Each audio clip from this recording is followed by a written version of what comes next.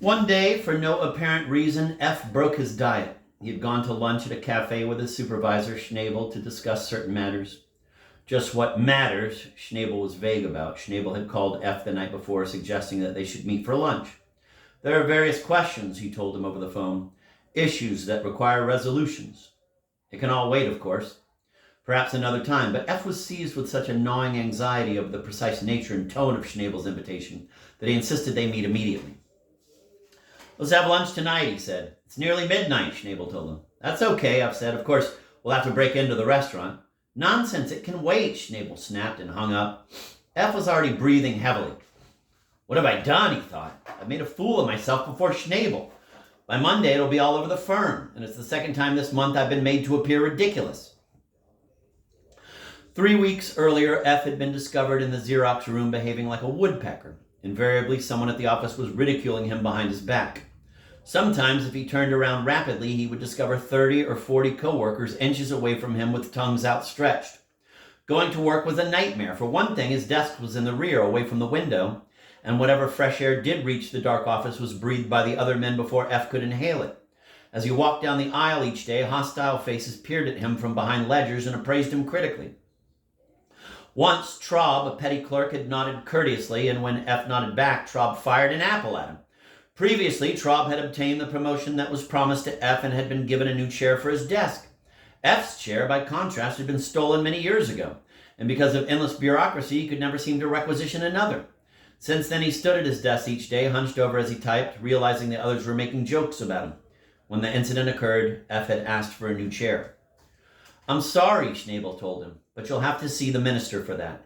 Yes, certainly, F agreed. But when it came time to see the minister, the appointment was postponed. He can't see you today, an assistant said. Certain vague notions have arisen and he is not seeing anyone. Weeks went by and F repeatedly tried to see the minister, to no avail. All I want is a chair, he told his father. It's not so much that I mind stooping to work, but when I relax and put my feet up on the desk, I fall over backwards.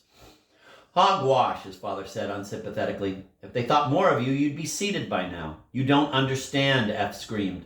I've tried to see the minister, but he's always busy, and yet when I peep in his window, I always see him rehearsing the Charleston. The minister will never see you, his father said, pouring a sherry. He has no time for weak failures. The truth is, I hear Richter has 2 chairs, one to sit on at work and one to stroke and hum to. Richter, F thought, that fatuous bore who carried on an illicit love affair for years with the burgomaster's wife, until she found out. Richter had formerly worked at the bank, but certain shortages occurred. At first, he had been accused of embezzling. Then it was learned he was eating the money. It's roughage, isn't it? He asked the police innocently. He was thrown out of the bank and came to work at F's firm, where it was believed that his fluent French made him the ideal man to handle the Parisian accounts. After 5 years, it became obvious that he couldn't speak a word of French, but was merely mouthing nonsense syllables in a fake accent while pursing his lips. Although Richter was demoted, he managed to work his way back into the boss's favor. This time, he convinced his employer that the company could double its profits by merely unlocking the front door and allowing customers to come in. Quite a man, this Richter, F's father said. That's why he will always get ahead in the business world. And you will always writhe in frustration like a nauseating, spindly-legged vermin, fit only to be squashed. F complimented his father for taking the long view, but later that evening he felt unaccountably depressed.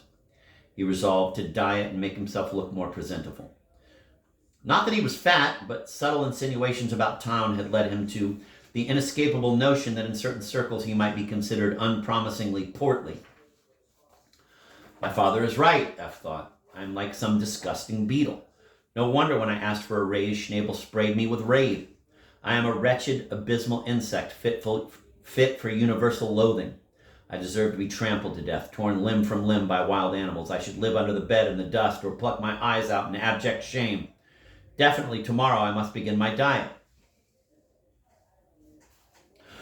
That night, F was the dreamer of euphoric images. He saw himself thin and able to fit into smart new slacks, the kind that only men with certain reputations could get away with. He dreamed of himself playing tennis gracefully and dancing with models at fashionable spots. The dream ended with F strutting slowly across the floor of the stock exchange, naked, to the music of Bizet's Toreador song, saying, "Not bad, eh?" He awoke the next morning in a state of bliss and proceeded to diet for several weeks, reducing his weight by 16 pounds. Not only did he feel better, but his luck seemed to change. "The minister will see you," he was told one day.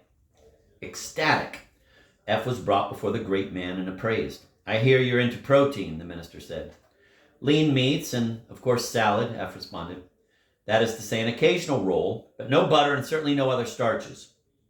"Impressive," the minister said. "Not only am I more attractive, but I've greatly reduced the chance of heart attack or diabetes," F said. "I know all that," the minister said impatiently. "Perhaps now I could get certain matters attended to," F said. "That is, if I maintain my current trim weight." We'll see, the minister said. "And your coffee?" he continued suspiciously. "Do you take it with half and half?" "Oh, no," F told him. "Skim milk only, I assure you, sir. All my meals are now completely pleasureless experiences." "Good God, we'll talk again soon." That night, F terminated his engagement to Frost Schneider. He wrote her a note explaining that with the sharp drop in his triglyceride level, plans they had once made were now impossible. He begged her to understand and said that if his cholesterol count should ever go above 190, he would call her. Then came the lunch with Schnabel. For F, a modest repast consisting of cottage cheese and a peach. When F asked Schnabel why he had summoned him, the older man was evasive. "Merely to review various alternatives," he said. "Which alternatives?" F asked. There were no outstanding issues that he could think of, unless he was not remembering them. "Oh, I don't know. Now it's all becoming hazy and I've quite forgotten the point of the lunch."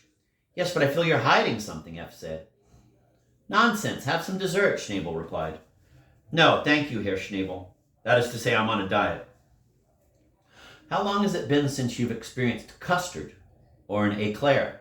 "Oh, several months," F said. "You don't miss them?" Schnabel asked.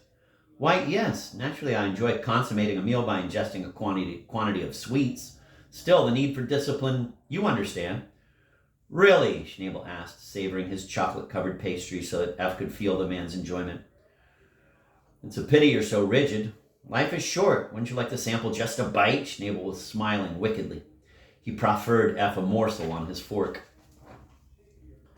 F felt himself becoming dizzy. "Look here," he said, "I suppose I could always go back on my diet tomorrow." Of course, Schnabel said. "That makes splendid sense." Though F could have resisted, he succumbed instead. "Waiter," he said, trembling, "an eclair for me, too." Good, Schnabel said. "That's it. Be one of the boys. Perhaps if you had been more pliable in the past, matters that should have been long resolved would now be finalized, if you know what I mean." The waiter brought the eclair and placed it before F. F thought he saw the man wink at Schnabel, but he couldn't be sure. He began eating the gooey dessert, thrilled by every luscious mouthful. "Nice, isn't it?" Schnabel asked with a knowing smirk. "It's full of calories, of course." "Yes," F muttered, wild-eyed and shaking. "It will all go directly to my hips." "Put it on in your hips, do you?" Schnabel asked. F was breathing hard. Suddenly remorse flooded every channel of his body. "God in heaven, what have I done?" he thought. "I've broken the diet. I've consumed a pastry, knowing full well the implications. Tomorrow I will have to let out my suits." "Something wrong, sir?" the waiter asked, smiling along with Schnabel. "Yes, what is it?" Schnabel asked. "You look as if you've just committed a crime." "Please, I can't discuss it now. I must have air. Can you get this check and I'll get the next one?" "Certainly," Schnabel said. "I'll meet you back at the office. I hear the minister wants to see you about certain charges." "What? What charges?" F asked. "Oh, I don't know exactly. There have been some rumors. Nothing definite. A few questions the authorities need answered. It can wait, of course, if you're still hungry." Tubby. F bolted from the table and ran through the streets to his home.